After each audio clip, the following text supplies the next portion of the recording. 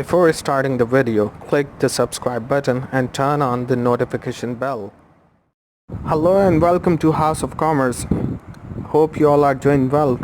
So in today's lecture we are going to discuss about appropriation of retained earnings, what are the parts of equities, and what shall be the journal entries of retained earning. So stay tuned and watch the whole lecture to understand it better, that how to record the journal entries of retained earning.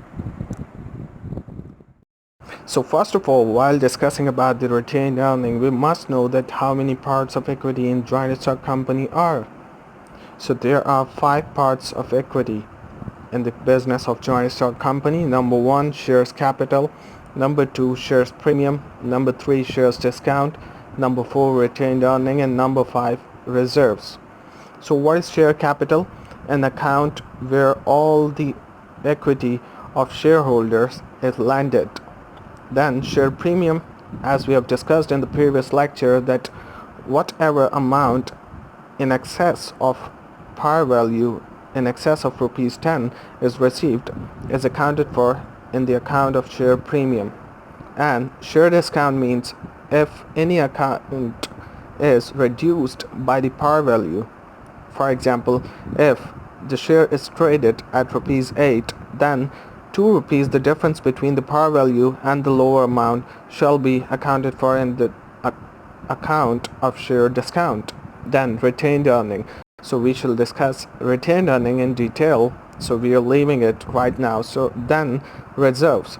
Reserve means any amount reserved or retained or stored for any specific purpose, which shall be executed by the company in the future.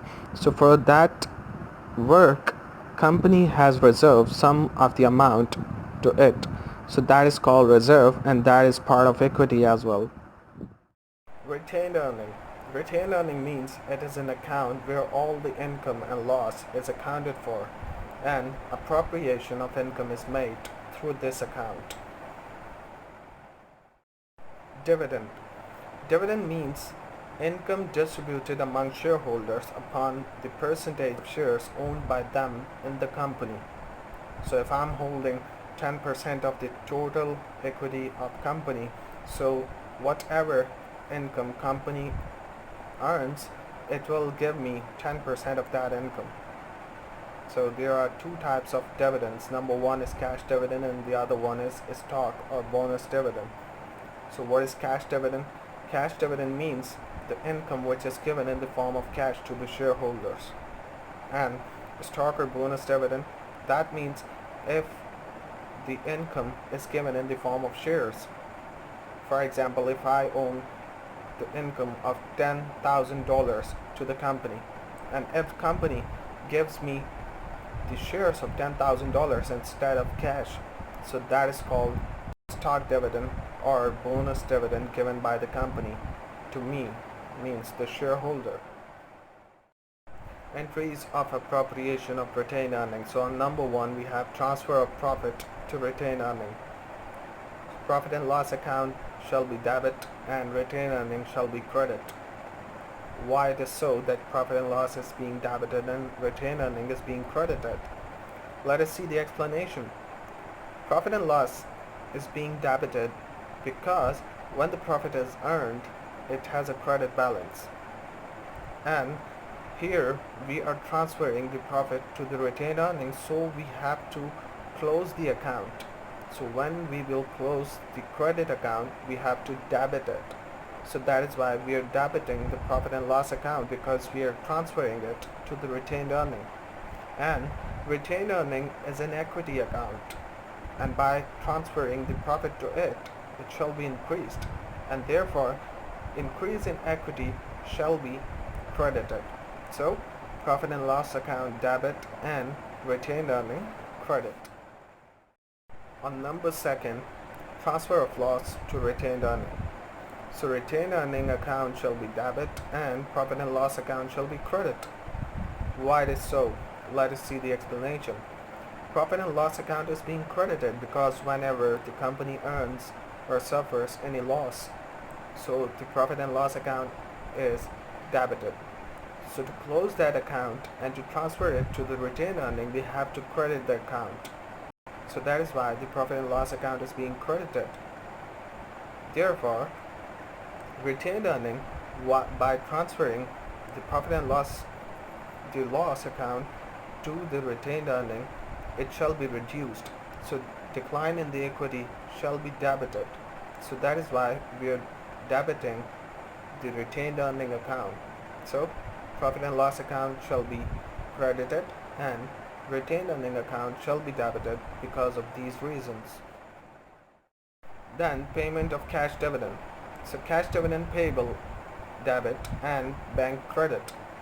Cash dividend payable is a liability, so when the company declared the cash dividend, it was credit, and now we have paid off the liability. So that is why cash dividend payable, being a liability, is reduced and written on the debit side. So the payment is to be made from the bank, therefore the bank will be credited. Then payment of cash dividend. So cash dividend payable, debit, and bank credit.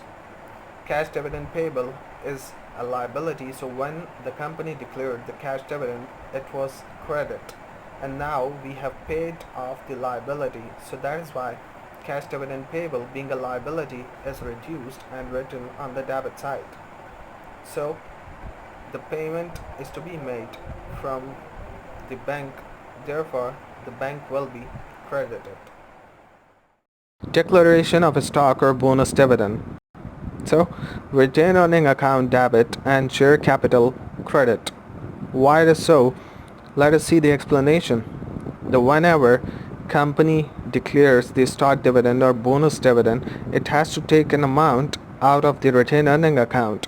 So whenever it takes out the amount from retained earning account, it shall reduce the retained earning account, and that is why it is being debited.